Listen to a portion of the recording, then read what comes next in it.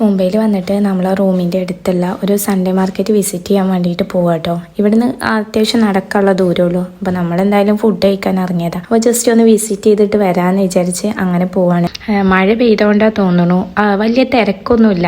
ചില സമയത്ത് നമുക്കൊന്ന് നോക്കിയെടുക്കാനോ ഇല്ലെങ്കിൽ സാധനങ്ങളൊന്ന് കാണാനോ പോലുള്ള ആ ഒരു അറ്റ്മോസ്ഫിയർ ഒന്നും ആവില്ല. അത്യാവശ്യം നല്ല ക്രൗഡഡ് ആയിട്ട് ഡേ ടു ഡേ ആവശ്യമുള്ള എല്ലാ സംഭവങ്ങളും ഉണ്ടാവും കേട്ടോ. പിന്നെ ഇതേപോലെ പാത്രങ്ങൾ, ഫ്രൂട്ട്സ്, വെജിറ്റബിൾസ്, ബാഗ്സ് ഇല്ലാത്ത സംഭവങ്ങളൊന്നുമില്ല. എനിക്ക് ഹിന്ദിയൊക്കെ അറിയുന്നുണ്ടെങ്കിൽ അത്യാവശ്യം നല്ലോണം ബാർഗെയിൻ ചെയ്തിട്ട് ഇവർ പറഞ്ഞ റേറ്റിനെക്കാട്ടിലും ബാർഗെയിൻ ചെയ്തിട്ട് നമുക്ക് കിട്ടും കേട്ടോ. പക്ഷെ നമുക്ക് അത്ര ഹിന്ദിയൊന്നും വലിയ ഇതില്ലാത്തതുകൊണ്ടും പിന്നെ നമ്മൾ ജസ്റ്റ് കാണാൻ പോയതാണല്ലോ, പർച്ചേസ് ചെയ്യാൻ പോയതല്ലല്ലോ. ഈ തേങ്ങ നമ്മൾ നാട്ടിലത്തെക്കാട്ടിലും കുറച്ച് റേറ്റ് കൂടുതലാണ്. ഇവരടുത്ത് ജസ്റ്റ് സംസാരിച്ച സമയത്ത് ഇവർ ചിരട്ടൊക്കെ മാറ്റിയിട്ട് നമുക്ക് തേങ്ങ ആയിട്ട് അങ്ങനെ തരും കേട്ടോ. ശ്രദ്ധിച്ചറിയില്ല, ഇവരൊരു കാര്യം ചെയ്യും. അതായത് പച്ചക്കറി, ഫ്രൂട്ട്സ് അങ്ങനത്തെ ഐറ്റംസ് ഒക്കെ ഉണ്ടല്ലോ. പച്ചമുളക് ആണെന്നുണ്ടെങ്കിൽ പച്ച ലൈറ്റ് കൊടുക്കും, തക്കാളി ആണെന്നുണ്ടെങ്കിൽ ചുമന്ന ലൈറ്റ്. അങ്ങനെ ഏതാണോ ഫ്രൂട്ട്സും വെജിറ്റബിൾസും അതിന്റെ സെയിം കളറാണ് ഇവര് ഇതിലേക്ക് ഹൈലൈറ്റ് ചെയ്ത് കൊടുക്കുക. അപ്പൊ നമുക്ക് കാണുന്ന സമയത്ത് ഇതൊക്കെ ഒരു ഫ്രഷ് ആണ്, ഇല്ലെങ്കിൽ നമുക്ക് തന്നെ ഓട്ടോമാറ്റിക്കലി